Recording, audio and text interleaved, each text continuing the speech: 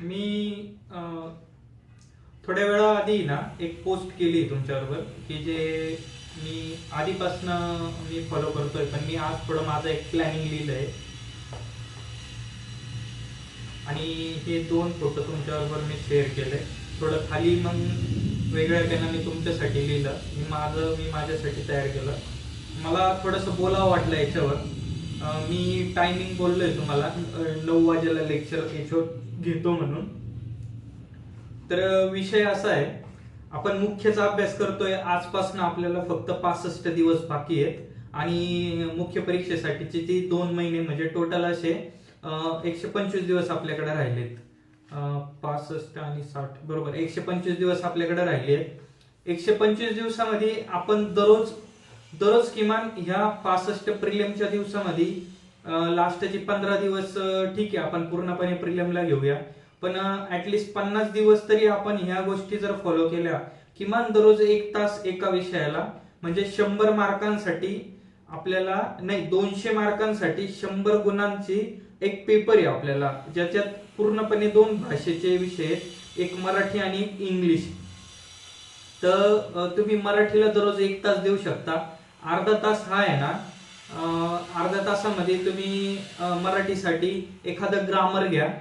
जास्तीत जास्त ज्या प्रश्नांचा एरिया जास्त जिथून कव्हर होतो, तुमच्याकडे प्रश्नांचं विश्लेषणाचं बुक असेल त्याच्यामध्ये बघा, आणि तिथून जो जास्तीत जास्त एरिया कव्हर होतो तिथून तुम्ही एखादं ग्रामर घ्यायचं. ते त्या दिवशी त्याचे ग्रामरचे रूल वगैरे काय असले ते अर्ध्या तासात वाचायचे. तुमच्याकडे वेळ असला 5 PYQ त्याच्यातले बघा, किंवा 10 बघू शकता तुम्ही. ते त्या दिवशी केला अर्धा तास तो, आणि अर्धा तास हा शब्द संपदेवर घ्यायचा.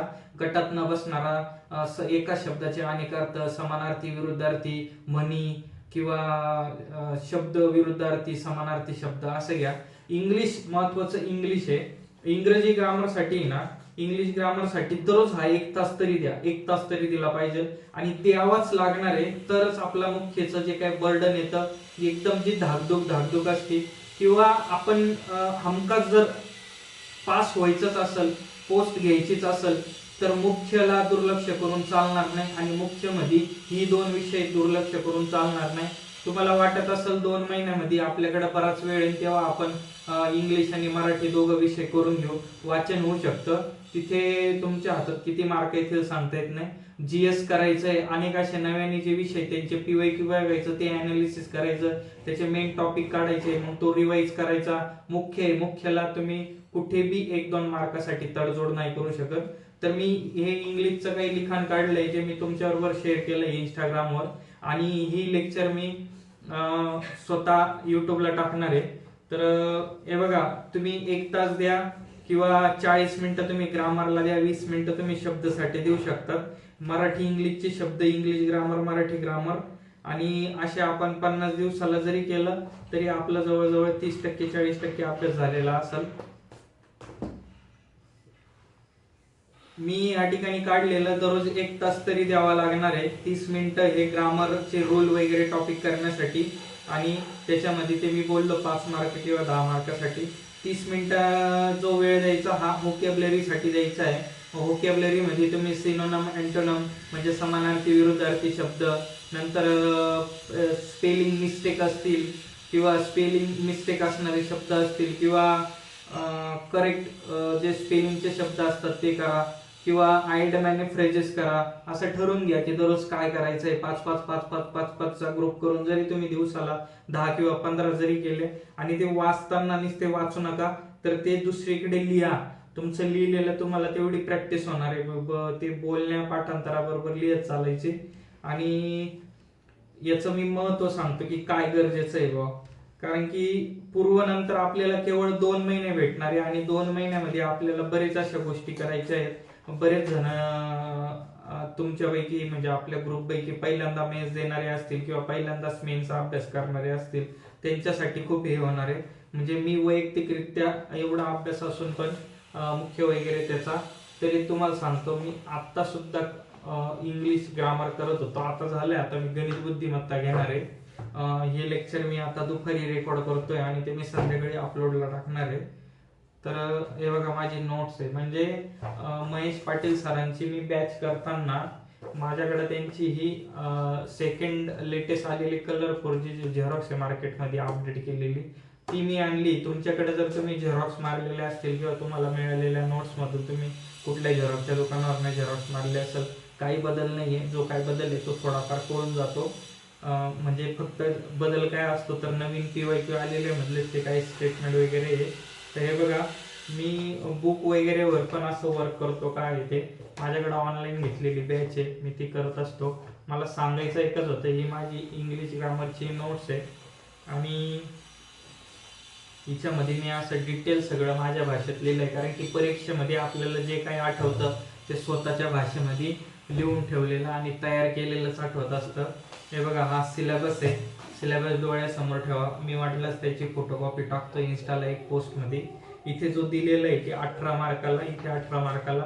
तर ह्यावेळेस जस्ट जी सी ग्रुपची एक्झाम झाली ना, त्याच्यामध्ये 18 मार्काला नाही तर 26 मार्काला व्होकॅब्युलरी वगैरे, ॲडम फ्रेजेस वगैरे म्हणजे प्रश्न विचारण्यात आले आहे. 5 प्रश्न ही पॅसेजचे म्हणजे 31 प्रश्न झालेत आणि आधी 18-19 मार्काला जे यायचं पॅसेज आणि व्होकॅब मिळून, ते आता त्यांनी फक्त ग्रामरला ठेवलंय. म्हणजे त्याच्या मागचं कारण काय, त्यांना स्पर्धा कमी करायची आहे.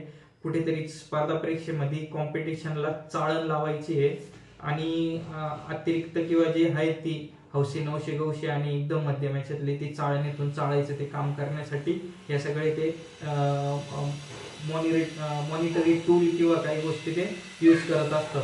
तर मला अजून एक सांगायचं होतं की मी त्याच्याच बरोबर आपले खूप आदरणीय बाळासाहेब शिंदे सर, म्हणजे आदरणीय महेश पाटील सर पण आहेत, पण ते माझे अगदीच 2-3 वर्ष आधीचे सिनियर आहेत ते UPSC मधले.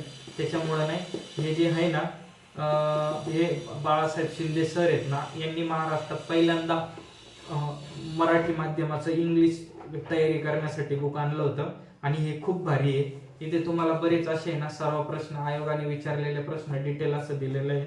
माझं प्रत्येक बुक असं मी स्पायरल करून घेत असतो. नवं आणलं तरी साधारणतः खूप जर बारीक असलं ना तर आम्ही नाही करत, कारण त्याला फोल्ड वगैरे करायला थोडं इझी पडतं. हे पण मी एकदा रीड झाल्यानंतर पूर्ण माझं असं वर्क झाल्यानंतर करून आणणार आहे, कारण ते सोपं पडत असतं प्रत्येक गोष्टीला. या पुस्तकाविषयी मी खास म्हणतो, ज्यांच्याकडे असेल त्यांनी जरूर याचा वापर करावा. जे क्लास करू शकत नाही किंवा ज्यांना फक्त पुस्तकाच्या आधारावर ग्रामरची तयारी करायची, तर याच्यामध्ये डिटेल असं लिखाण केलेलं आहे. आणि ही जे आहे हे नोट्स स्वरूपात आहे, ज्या क्लासला सर देत असतात ते अगदीच सेम टू सेम आहे क्लास टीचिंगमध्ये शिकवणं आणि हे.